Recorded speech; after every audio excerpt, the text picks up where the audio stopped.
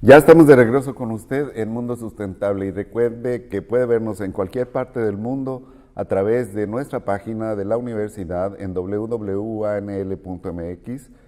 o bien en Facebook, en la dirección que en ese momento aparece en su pantalla. Lucy, nos quedamos hablando de lo que se escribe y lo que se actúa. O sea, no basta con que encontremos un plan de estudios perfectamente descrito y desarrollado de manera documental a pasar al hecho, a las acciones. De hecho, yo creo que una universidad no le bastaría mostrar un currículum bien armado si no encontramos acciones básicas como reciclaje, manejo adecuado de la basura en una universidad. Entonces, de esto, profundízame un poquito más. Bueno, las universidades, como cualquier otra institución, buscan moverse en forma coherente hacia la construcción de la sustentabilidad y lo hacen en la función de docencia, con los planes de estudio o en la investigación, en el posgrado, en la vinculación o en su operación. Pero no siempre van parejos. A veces algunas cosas son más difíciles que otras. Entonces hay instituciones que han avanzado más por el lado de la operación y menos por el lado del currículum, o más por la investigación y menos por el lado de la operación. Entonces, en esa autoevaluación que las universidades hacen para ver en qué medida están contribuyendo, van decidiendo qué reforzar, ¿no? Ahora, esos planes de estudio que las universidades plantean para sus estudiantes de licenciatura requieren para su operación un trabajo colectivo y coordinado muy profundo. No basta con el diseño del plan de estudios, digamos, con el diseño del documento, sino que se necesita además, como de hecho hacen muchas universidades, diseñar estrategias para que los profesores puedan tener mejores métodos de enseñanza, mejores métodos de vinculación, o incluso los estudiantes cambiar sus propias lógicas de aprendizaje, ¿no? En ocasiones, tanto los maestros como los estudiantes piensan que aprender es retener información. Y eso me lleva al tema del que estaba hablando al principio, ¿no? Por supuesto que se necesita retener información. La memoria es necesaria para trabajar, para aprender, pero además de eso se necesita desarrollar capacidades, ¿no? Entonces, en este tema de la sustentabilidad, el desafío se presenta porque no estamos hablando de un pedacito de la realidad, no estamos hablando de una ciencia o de un campo de conocimiento, estamos hablando de una realidad muy compleja.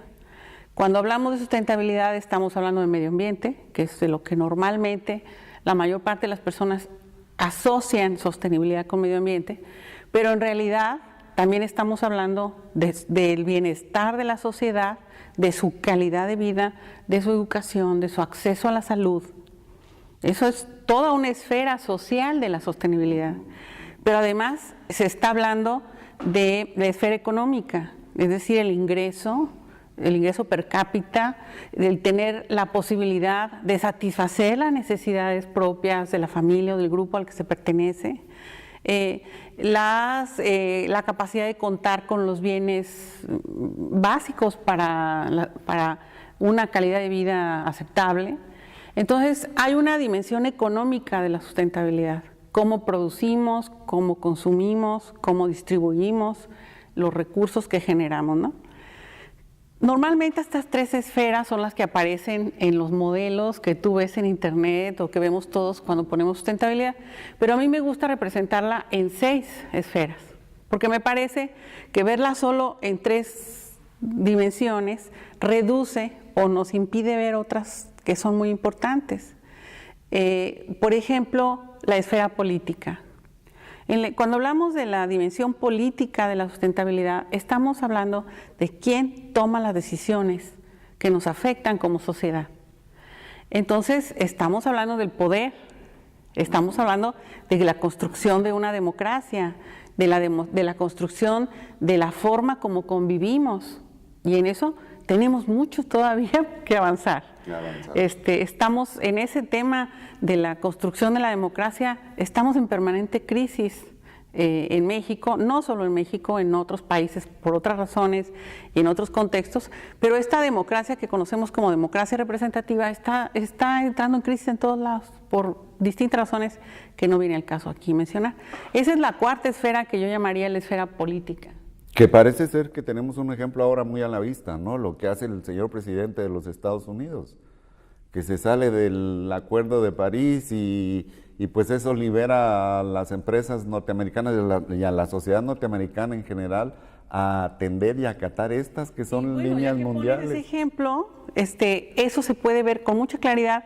El ejemplo que acabas de poner muestra con mucha claridad la relación que hay entre la esfera política, la económica, la ambiental y la social. Porque ahorita cualquiera que haya seguido mínimamente de cerca la evolución de este presidente de Estados Unidos en los últimos tiempos, puede darse cuenta inmediatamente de cómo esta decisión sobre cambio climático tiene que ver con un asunto económico, y es con el hecho de que se vuelven a utilizar combustibles fósiles para producir energía, específicamente carbón, y cómo eso tiene que ver con mover la economía del país en cierta dirección y cómo eso afecta a la sociedad norteamericana.